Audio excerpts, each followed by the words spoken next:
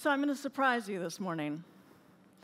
I'm going to show you how we can have more fish in the sea, more seafood on our plate, and more prosperous communities.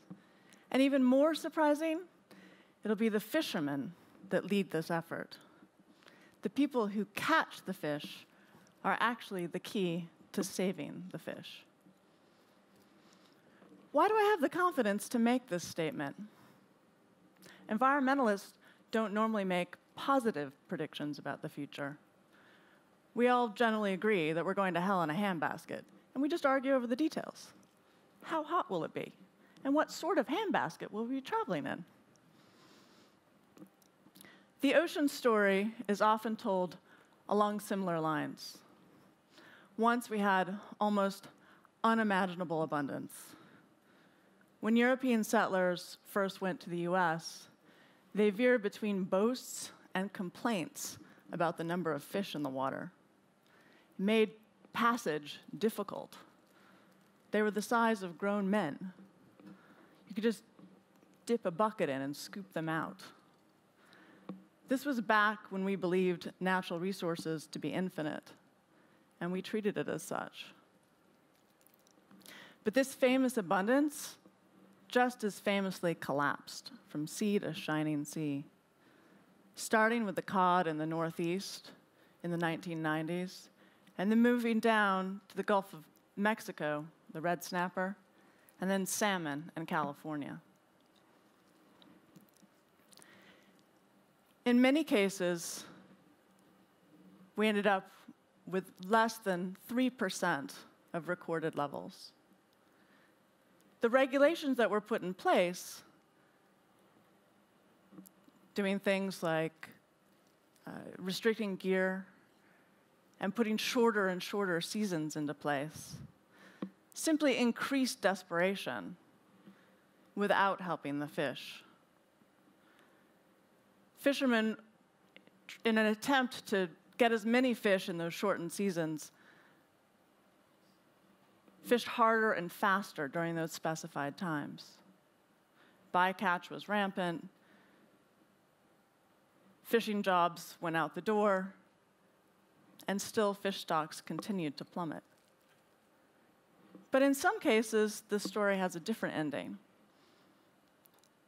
But before we get to that, let's talk about what overfishing is and why it matters. Overfishing is simply taking fish out of the water faster than they can reproduce. It's not an inevitable state of affairs due to use.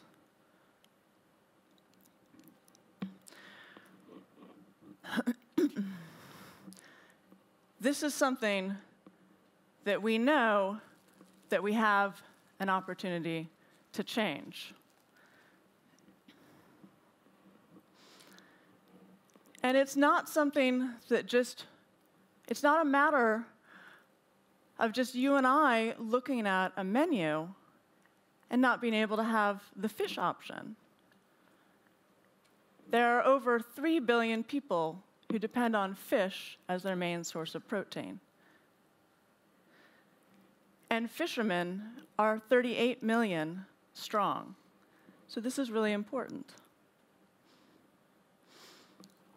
We've seen also how the loss of fishing jobs off the coast of Somalia can lead to piracy. So getting it right really is important, and it's also possible. Let me introduce you to Buddy Gwendon. Buddy is a second-generation red snapper fisherman in the Gulf of Mexico. He's been fishing for almost 40 years, almost his whole adult life. When the stocks crashed, regulators came in and cut the days on the water by about 80% in an attempt to save the remaining fish. Buddy and his mates began a race to the bottom.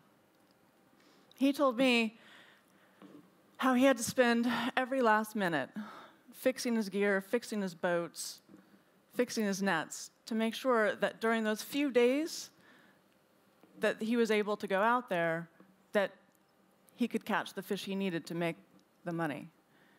that he needed to support his family.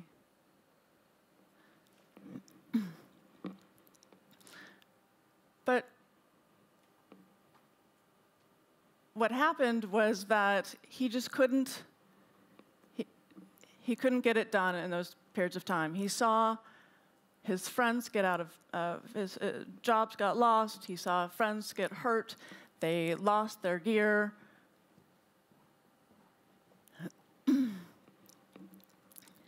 And things got worse and worse. Then, in 2007, Buddy heard about a program from the Environmental Defense Fund, something new.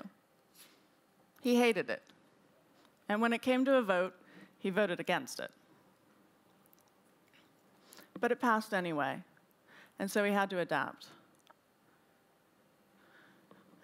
What he found was that almost immediately, he started making more money. And he had more time to do what he loved. Now, Buddy's whole family is part of his successful fishing business. His brother, Kenny, and his son, Hans, run his commercial boats. And another son, Nick, runs his successful fish house, Katie's Fish House, named after his wife. Katie's only complaint about this program, is that sometimes she sees Buddy a little bit too much now. So what is this system that allows both fish and fishermen to thrive? It's rights-based management, sometimes called catch shares in the US. Scientists set a total allowable catch for a fishery. And then a percentage of that catch is distributed to fishermen and to communities. Shares can be bought and sold. And as the value of a fishery grows, so do the value of the shares. It allows fishermen to choose when and where they go out on the water. So they're no longer fishing in storms or in dangerous conditions. And subsidies, once a major part of fishing communities, can be reduced. In the US, about 65% of fisheries, fish caught in federal waters, are under a catch share. But if that number got to 100%, we could take $1 billion off the deficit. The results in the Gulf really speak for themselves. Not only have we seen a 90% drop in bycatch, that's throwing dead fish back into the water that you didn't want, but we've also seen a 120% increase in the catch and a 72% increase in revenues. And this is not a one-off result. A study of US and Canadian catch shares shows an average revenue increase of about 68%, and a threefold increase in safety. Also, compliance is nearly 100% because the fishermen see how the system helps them. If you locate a marine protected area near a catch share system, the fishermen help to maintain the protected area. They actually become the protectors. And that's why I say that when these systems are better known, the fishermen will actually become the champions of conservation. A survey of over 11,000 fisheries in the world found that they had one thing in common if they were healthy: some form of rights-based management. And that could be a traditional area-based management like turfs in Chile, or it could be complex IFQs in Denmark or catch shares in California. But they all had some form of rights-based management, and that's important. Now that we have revised common fisheries policy rules here in the EU The potential is tremendous.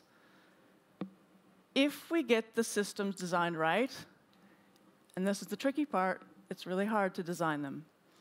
But if we get the design right, preliminary science shows that not only can we double the amount of fish swimming in the ocean, but we could triple the value of the fisheries while still providing more seafood for people to eat. Here in Sweden, local artisanal fisherman Peter Olsen is working with EDF as well. When he first heard about this system, like most fishermen, he felt it wasn't for him. He was worried that because he's a small fisherman, that he'd get squeezed out. But after going on a learning exchange to British Columbia and talking with fishermen who'd actually gone through the process, he decided that this was the right thing to do. I asked him a couple days ago, why are you spending so much time working with other fishermen, trying to get other fishermen and the government agencies together on this? And he said to me, if we want sustainable fisheries and a good life for me, this is the only way. It gives me hope, but it's the only way. This food revolution that you're talking about here is gathering strength. More and more people are asking about the origin and the impact of the food on their plates. It's time that we realize that fishermen hold the key to abundant oceans, that NGOs and governments need to empower them to design these rights and to make them more accountable for their catch.